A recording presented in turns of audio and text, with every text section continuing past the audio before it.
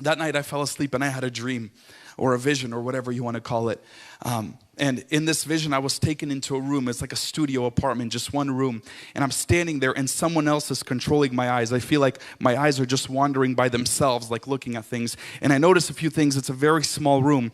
And as I'm standing there to my right, I hear the doorknob churning. And I look over and a young man walks in, opens the door, walks in.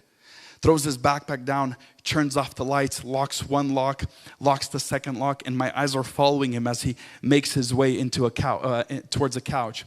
And then he sits on the couch and he reaches over onto the coffee table and grabs a laptop that's sitting there. And when he opens that laptop, he starts typing some stuff. And when he started typing, it's like a split second. I blinked and I'm all of a sudden standing directly behind him, looking down at this laptop. And on this laptop was written immorality, filth, sin, addiction, temptation, all of these things.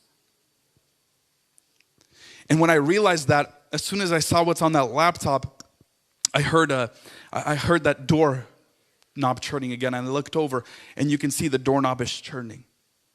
And whoever was trying to open it couldn't open it, so they started to bang on the door. And it seems like they were trying to kick it down.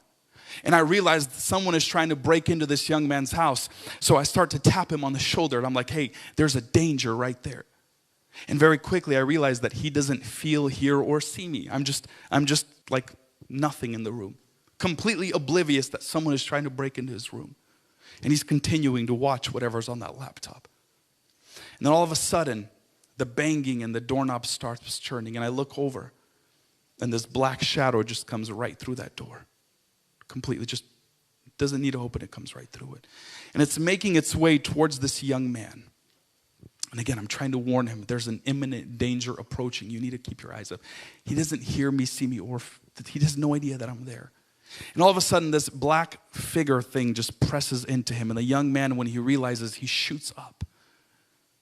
And he tries to scream for help and run at the same time. When he tries to do that, he becomes completely paralyzed, completely. And I'm standing there watching him, his eyes just churning in his head, tears start. And you can see that he's trying to yell and move and he can't. He's completely paralyzed. Completely paralyzed. And he struggles for a couple minutes and then falls over. And I wake up and the Lord begins, I believe through the Holy Spirit, begins to speak to me.